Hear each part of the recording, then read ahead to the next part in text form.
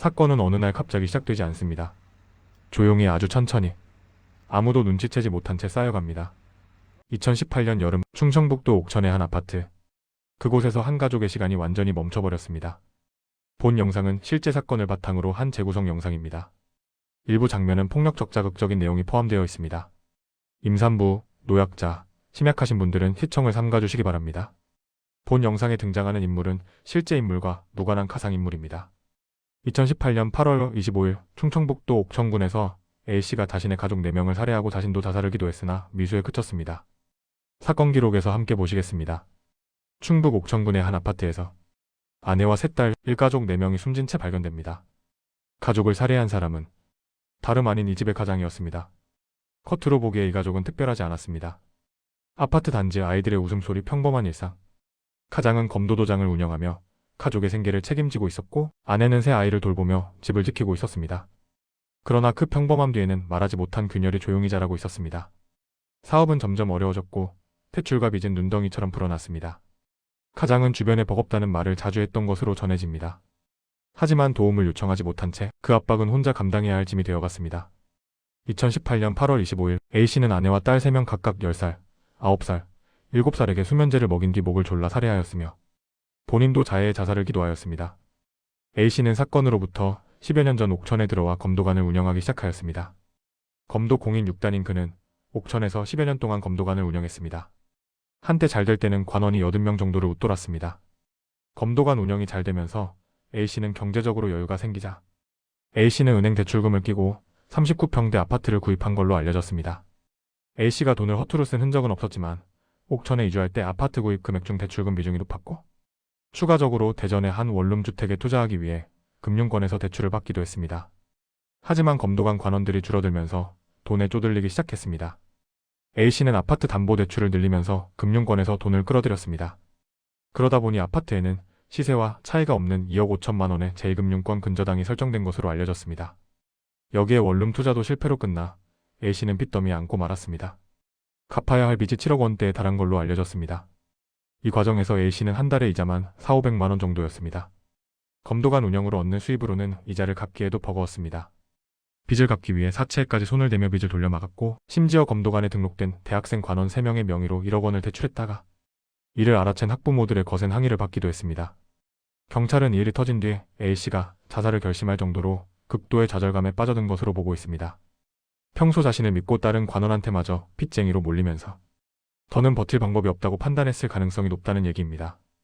A씨에게는 더 이상 돈이 나올 곳도 손을 벌릴 곳도 없었습니다. 결국 빚을 감당할 수 없을 만큼 늘어나게 되자 A씨는 집안에 일이 있다며 수강생들에게 문자를 보낸 뒤 8월 21일부터 검도관 문을 닫았습니다. 그로부터 4일 뒤에 가족들을 모두 죽이고 자신도 자살을 기도하는 극단적인 선택을 했습니다. A씨에 의해 살해된 내모녀에 대한 국립과학수사연구원 부검 결과에서는 경부 압박 목졸림에 의한 질식사로 추정된다는 1차 소견이 나왔습니다. 범행에 쓰인 것으로 보이는 수면제 성분의 약통에 대한 정밀 분석 결과와 약물 중독 여부 등도 확인했습니다. A씨 처제의 신고를 받은 경찰이 도착했을 당시 A씨 부인은 안방에서, 3딸은 작은 방에서 각각 이불을 덮은 채 누운 상태로 숨져 있었습니다. 입가에서는 거품 흔적이 발견됐습니다. 처제는 경찰에서 언니가 약속 장소에 나오지 않아 집에 가보니 조카와 함께 숨져 있었다고 진술한 것으로 전해졌습니다. 범행 후 하루가 지난 25일 오후 1시 47분께 양손목과 복부 등에 자해를 한 채 숨진 일가족과 함께 발견된 A씨는 병원에서 범행 사실을 털어놓은 뒤 27일 오전 10시 대전의 한 병원에서 체포됐습니다. 그는 피의자 조사에서 죽고 싶다, 후회된다 등의 말을 하며 흐느꼈다고 경찰은 전했습니다. 범행 직후 병원 이송 당시에는 가족들을 부탁한다, 사람들이 잘 안 보이는 곳에 묻어달라는 말을 남기기도 했습니다. A씨는 범행 동기에 대해 불어난 빚을 감당할 수 없어 혼자 죽으려고 했지만 남겨진 가족들이 손가락질 받을 것 같아서 두려웠다고 진술하였습니다. 주변 사람들 말에 따르면 A씨는 성실한 가장이었고 검도관에서는 엄격하면서도 정 많은 관장이었다. 술, 담배를 전혀 하지 않았고 오로지 가족과 운동에만 전념했다. 3딸을 끔찍하게 아껴 퇴근 뒤에는 가족과 단란한 시간을 보냈다고 전했습니다.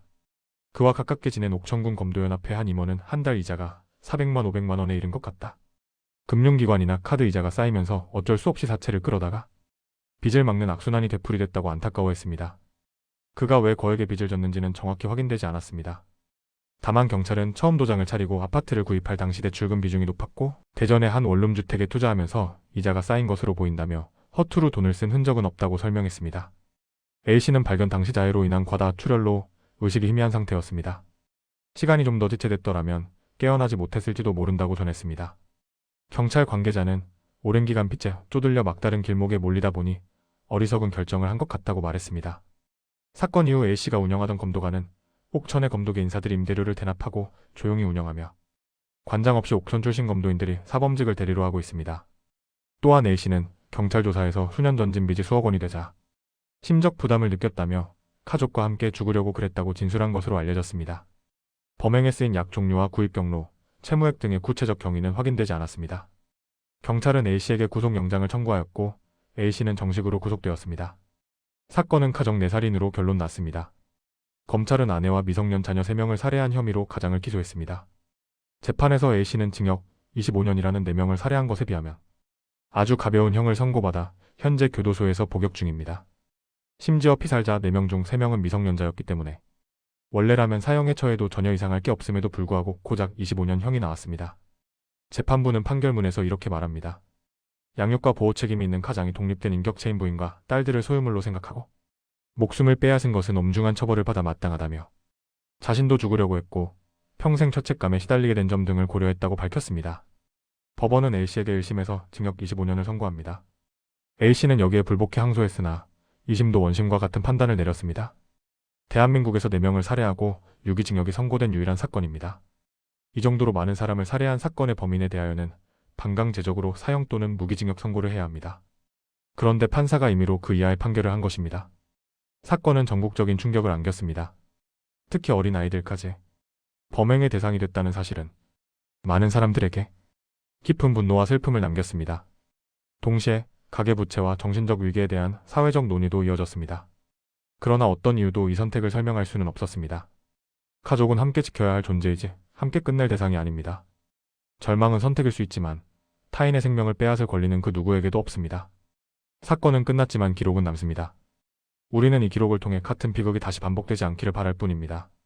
사건 기록 다음 이야기에서도 함께 해주세요.